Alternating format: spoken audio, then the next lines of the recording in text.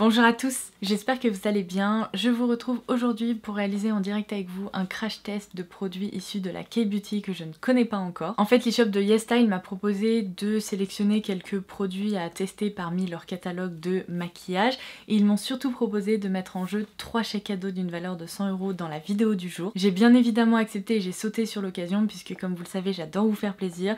Les précédentes fois où j'ai eu l'occasion de vous faire gagner des chèques cadeaux sur l'e-shop de YesStyle, les gagnants et gagnantes étaient ravis. J'avais reçu des petits messages de leur part avec leur sélection shopping et tout ça, donc je me suis dit que j'allais une nouvelle fois pouvoir faire des heureux. Mais pour ce crash test, je me suis lancé un petit défi, je me suis dit que j'allais réaliser un maquillage complet à moins de 100 € et j'ai le total là juste sous les yeux. Tous les produits dont je vais me servir dans cette vidéo m'ont donc permis de réaliser ce maquillage pour un total de 91,25 € et ce sans code promo, sans promotion parce que comme vous le savez sur YesStyle il y a tout le temps des promos un peu flash et j'ai d'ailleurs un code promo spécialement pour vous que je laisserai en barre d'infos ci-dessous si jamais vous avez envie de craquer sur certains de ces produits. Mais du coup si vous étiez amené à craquer pour la sélection que je vais vous présenter aujourd'hui, eh bien le total serait de maximum 91 €. Donc ça me permet une nouvelle fois de souligner pourquoi j'adore les produits de la K-Beauty. C'est qu'il y a vraiment des pépites à prix doux et ces produits sont tout aussi performants que de nombreux produits de luxe ou de parfumerie classique. Donc voilà, vous avez un aperçu de ce qui vous attend. J'ai réuni les produits que je vais tester avec vous dans ce petit carton, mais avant de passer à l'application, eh bien je vous invite à dérouler la barre d'infos pour avoir accès aux conditions de participation au concours. Ça va être très simple, ce concours est réservé à mes abonnés, donc pour participer il suffit d'être abonné à ma chaîne, de liker cette vidéo et de me laisser un petit commentaire ci-dessous pour que je puisse enregistrer votre participation. Dites-moi par exemple quel est le produit de ce crash test que vous avez préféré, qui vous intrigue le plus, que vous avez vraiment envie de découvrir. Et je vous le dis à chaque fois, mais n'oubliez pas de me laisser un moyen de vous contacter, par exemple votre compte Instagram, ça sera très bien. Dans la barre d'infos, je vous laisserai la date de fin du concours et puis après, évidemment, je contacterai les 3 gagnants ou gagnantes. Donc ceci étant dit, si vous avez envie de découvrir les petites pépites que j'ai sélectionnées pour cette vidéo, eh bien je vous invite à continuer à la regarder. Si vous suivez mes vidéos depuis longtemps, vous devez savoir que l'un de mes fonds de teint préférés, si ce n'est mon fond de teint préféré, c'est le Ink Lasting Cover de la marque Peripera. Je vous en ai déjà beaucoup parlé, je l'ai également utilisé dans de nombreuses vidéos, donc je vous laisserai quelques exemples en barre d'infos ci-dessous, mais c'est un fond de teint que j'adore parce qu'il unifie parfaitement mon teint, il se pose en fait très naturellement, il a un rendu hyper naturel, il est confortable, bref je ne peux qu'en vanter ses mérites. Mais j'ai pu voir que chez Peripera il existait également un autre fond de teint qui s'appelle le Double Longwear Cover Foundation avec un SPF de 45 et vous avez également été plusieurs à me demander de le tester, donc je me suis dit que j'allais le faire en direct avec vous aujourd'hui. J'ai ici la teinte 01 Pure Ivory et on va tout de suite passer à l'application. On est ici sur un flacon pompe contrairement à celui-ci où vous savez il y a juste un embout pour squeezer le petit tube. C'est pas l'option la plus propre quand on regarde un peu le packaging comme ça, donc je suis contente de voir que sur celui-ci il y a une pompe. Alors en termes de texture il est plus crémeux et moins liquide, mais je vais le répartir tout de suite pour partager avec vous mes impressions. Il sent le savon tout propre. Le parfum est hyper agréable. Et bien contre toute attente, je pensais que ce fond de teint-ci serait finalement plus mat, plus épais, plus couvrant, et c'est un peu tout le contraire. Il est léger, par contre il unifie très bien le teint, mais contrairement au Ink Lasting Cover qui a plus un fini velouté un peu naturel, ici on est sur un fini un peu plus glowy, je pense que vous allez pouvoir l'apercevoir. Je le vois vraiment ici au niveau de la zone du contour du nez, puisque c'est une zone sur laquelle j'ai souvent des zones de déshydratation etc. Et là c'est un fond de teint qui a l'air presque hydratant, puisque ça donne un aspect de peau bien hydratée, et vraiment il marque aucune zone de déshydratation. Sur mon front c'est assez incroyable aussi parce que j'ai souvent un petit peu de texture ou de petites zones un peu ici pareil de déshydratation, et là mais c'est incroyable, on dirait que ma peau est vraiment radieuse. Je suis très étonnée, mais c'est un superbe fond de teint et comme vous pouvez le voir toutes mes rougeurs etc sont parfaitement unifiées, mais on a un côté très naturel et très fin. Décidément, Peripera est une marque qui est très douée pour créer de jolis fonds de teint. On continue sur la thématique du glow, je vais tester dans cette gamme Glow de Missha. Je vous ai déjà parlé de la base de teint, il me semble, dans une vidéo dupe, puisqu'il s'agit d'un très bon dupe d'un produit glossier. Là, je vais tester avec vous pour la première fois cet anti-cerne, qui est eh bien, un anti-cerne qui a apparemment un rendu assez glowy, naturel, etc. Donc on va voir ce que ça donne. Je vais en appliquer, hop, comme ceci, et je n'ai pas vraiment besoin d'en appliquer sur le visage pour le moment, donc je vais me contenter du contour des yeux.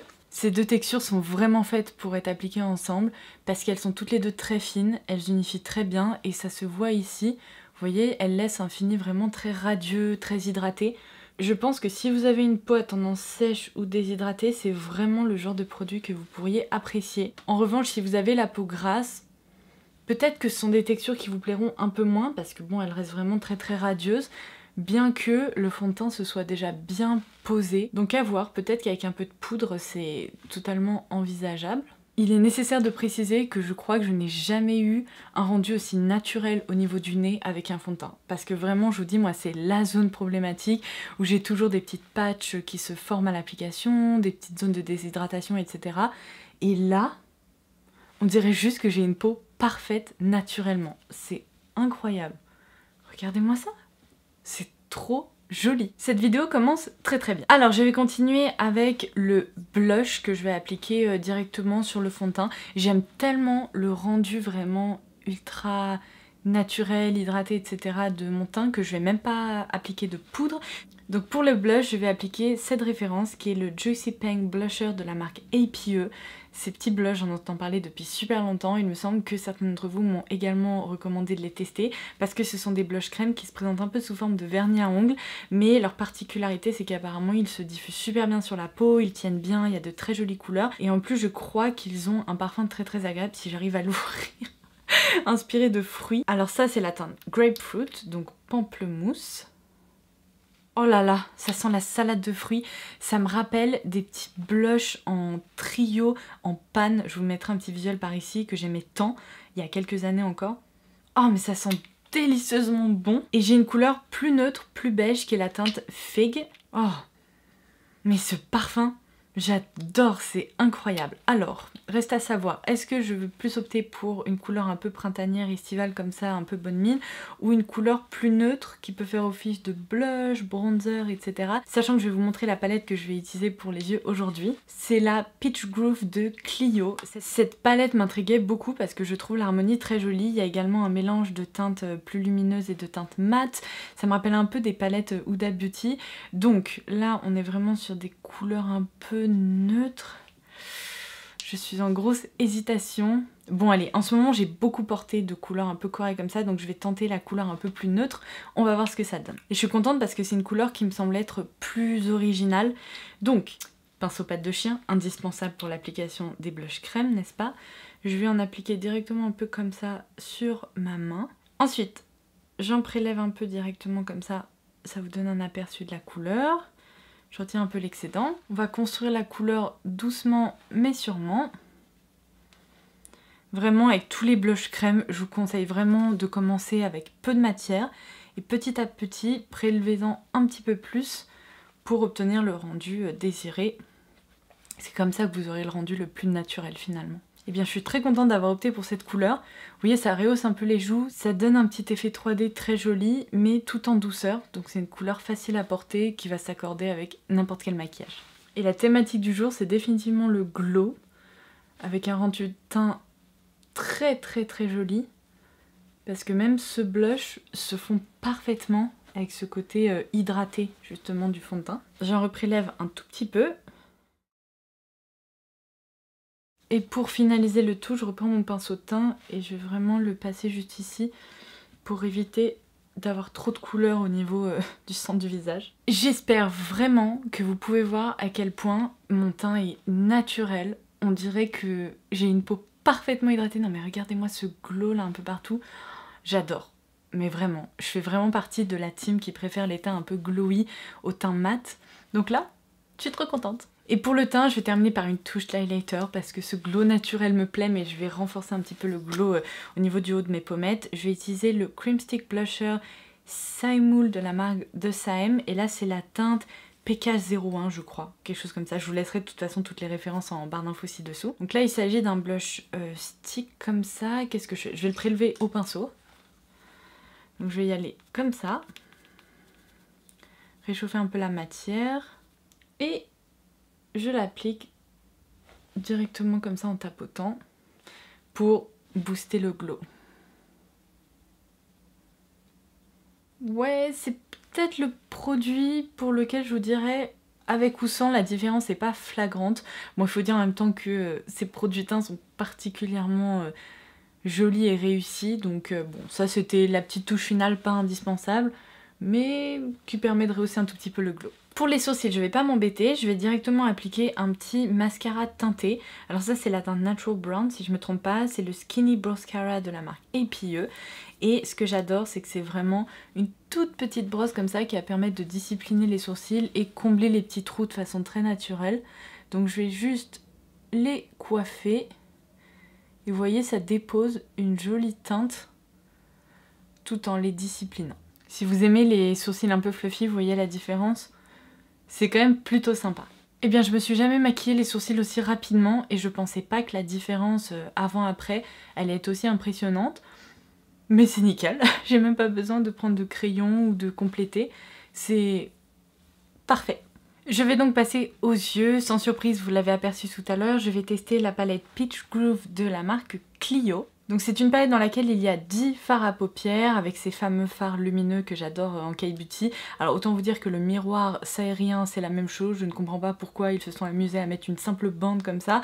Bon alors certes c'est très joli en termes de packaging, ça permet de laisser apparaître les fards, mais bon entre nous ils auraient pu se passer de ça parce que je ne sais pas qui va s'amuser à regarder là-dedans mais certainement pas moi. Donc en tout cas je vais voir ce que je vais faire avec cette palette. C'est parti. Je vous ai rapproché pour que vous puissiez bien voir. Non mais regardez, mon nez n'a jamais été aussi hydraté après l'application d'un fond de teint. Il est naturellement lumineux quoi. Non mais ça ne m'est jamais arrivé, c'est-à-dire que pour obtenir un effet comme ça, généralement il faut que j'applique de l'highlighter. Et là, on dirait que j'ai appliqué une brume hydratante hyper efficace. Mais non, je n'ai rien fait. C'est juste le rendu naturel de ces produits. Incroyable. Allez, je pense que je vais opter pour ces 3 fards que je vais vraiment dégrader dans le creux, en coin externe, etc. Et après, je vais opter pour un de ces fards lumineux. Potentiellement celui-ci, je pense que ça pourrait être très très joli. Donc je commence par ce fard-là. C'est un joli beige que je vais donc tout simplement dégrader ici dans le creux. On va voir ce que ça donne parce que parfois les fards mat, vous savez, dans la K-Beauty, ils sont un peu transparents. Là, pour le moment, ça commence bien. Avec un autre pinceau un petit peu plus précis, je vais passer à cette teinte-ci. Ah non! Il y a un petit peu de chute et mon teint est trop beau. Je ne veux pas qu'il y ait des chutes. Je vais mieux tapoter mon pinceau. Celui-ci est légèrement satiné comme vous pouvez le voir. J'ai utilisé un pinceau précis et fin pour ce fard-là. Je m'attendais à ce que le rendu soit un petit peu plus marronné et puis finalement il y a des sous-tons un peu chauds, un peu briques. Bon alors par contre, comme la plupart des fards en matière de K-Beauty, ils sont peut-être un peu moins intenses, mais ils s'estompent très très bien. Donc on peut y retourner facilement. En fait, ce sont des palettes qui sont pas mal pour les débutants, parce que vous pouvez vraiment adapter le rendu. Directement au doigt, je vais prélever ce fard-ci. Je vais le presser comme ça sur la paupière. Alors on pourrait croire que ce sont des paillettes, mais c'est pas tout à fait ça. C'est vraiment un fard très lumineux, riche en nacre. Encore une fois, ça transforme, mais radicalement, le maquillage. J'aime beaucoup ces fards lumineux là avec cette formulation parce qu'en fait ils s'accrochent d'eux-mêmes aux fards qui sont en dessous et du coup je pense que la tenue va être très très bonne. Et comme vous pouvez le voir, il y a de très très jolis reflets qui sont dorés. Et alors pour le coin interne, ce fard-ci a des reflets qui sont très roses, donc je vais opter plutôt pour celui-ci avec des reflets un peu plus dorés. Je pense que ça conviendra mieux avec ce maquillage. Je le remonte un peu ici pour ouvrir le regard. C'est hyper joli. Et alors je vais utiliser le petit restant là de poudre qu'il y a sur ce pinceau pour l'appliquer en ras de cils inférieur et si besoin j'irai en rechercher un petit peu. Je veux pas créer un effet trop intense en ras de cils, je veux juste faire un rappel de couleur pour finaliser le maquillage. Et alors je le fais pas souvent, mais aujourd'hui je ne vais pas appliquer d'eyeliner. En revanche je vais utiliser, vous savez, ces petits crayons Waterproof Pencil Gel Liner de chez McQueen dont je vous ai déjà parlé. Et je vais appliquer ça en muqueuse supérieure pour apporter un peu de définition, sans passer par l'étape Thread Liner. Et pour le mascara, je vais tester ce produit de la marque Romand qui est le An All Fix Mascara. J'ai opté pour cette référence-ci parce que la brosse correspond tout à fait aux brosses qui généralement attrapent très bien les cils dès la racine, permet d'allonger les cils, d'apporter du volume, etc. Donc c'est parti pour l'application.